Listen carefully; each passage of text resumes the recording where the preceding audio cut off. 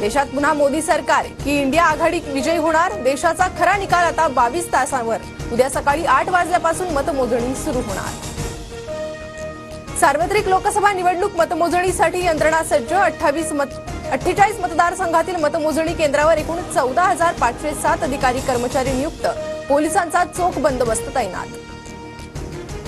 मुंबईत 6 जागांच्या मतमोजणीची तयारी सुरू. शिवडी विक्रोळीतील मतमोजणी केंद्रावर पोलिसांचा फौजफाटा. सत्ता परिवर्तनासाठी काही तास शिल्लक. ईव्हीएमवर आमचं बारकाईने लक्ष. अंतिम निकाल येईपर्यंत पोलिंग एजंटना बाहेर न येण्याच्या सूचना. विजय वडेट्टीवारांची प्रतिक्रिया. एक्झिट पोलवर नाही तर जनतेच्या मतांवर विश्वास. नागपुरातील जनता माझ्या पाठीशी. काँग्रेस उमेदवार विकास ठाकरेंना विश्वास. रत्नागिरीत पोलिसांचा मतमोजणीसाठी हायटेक बंदोबस्त. मतमोजणीसाठी येणाऱ्या कार्यकर्त्यांना QR कोड. नाशकात लोकसभा निवडणुकीच्या मतमोजणी प्रक्रियेची सध्या युद्धपातळीवर. 500 पोलिसांचा बंदोबस्त तैनात. लोकसभा निवडणुकीच्या मतमोजणीसाठी चंद्रपूर प्रशासन सज्ज. केंद्रावर त्रिस्तरीय सुरक्षा. मतमोजणीसाठी 101 टेबल तर 379 कर्मचारी.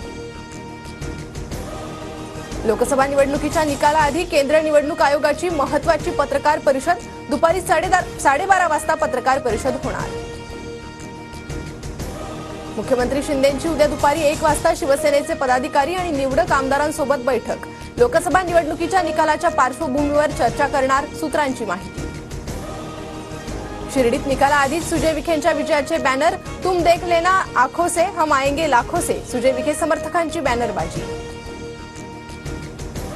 निवडणुकीआधी उद्धव ठाकरेंनी मोदींकडे भेटीची वेळ मागितली होती.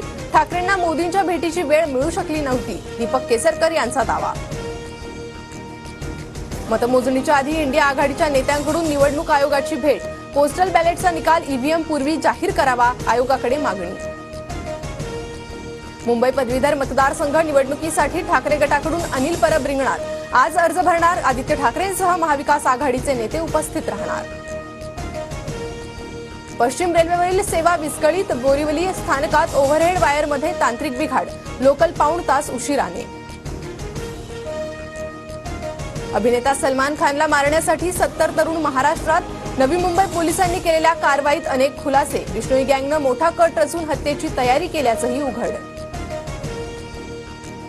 मुंबईत बुधवारपासून 10% पाणी कपात. बीएमसीकडून ठाणे भिवंडीसह इतर गावांना केल्या जाणाऱ्या पाणी पुरवठ्यातही पाणी कपात लागू. अमूल दुधाच्या दरात प्रतिलिटर 2 रुपयांनी दरवाढ. आजपासून नवीन दरवाढ लागू होणार. गुजरात कॉपरेटिव्ह मिल्क मार्केटिंग फेडरेशनचा निर्णय. 3 महिन्यांमध्ये देशभरात उष्माघाताने 56 जणांचा मृत्यू. महाराष्ट्रात 11 तर मे महिन्यात देशभरात 46 जणांचा मृत्यू. मध्य प्रदेशमध्ये सर्वाधिक 14 जणांच्या मृत्यूची नोंद. यंदा पाऊस चांगला. पेरणीसाठी घाई नको. हवामान तज्ज्ञांचा शेतकऱ्यांना सल्ला. जून जुलै महिन्यात कमी पाऊस तर ऑगस्ट आणि सप्टेंबरमध्ये चांगल्या पावसाचा अंदाज. 10 जूनपर्यंत पाऊस महाराष्ट्रात दाखल होण्याचा अंदाज. यंदा राज्यात वेळेपूर्वीच मान्सून दाखल होणार. पावसाचं प्रमाण सरासरीपेक्षा अधिक असणार.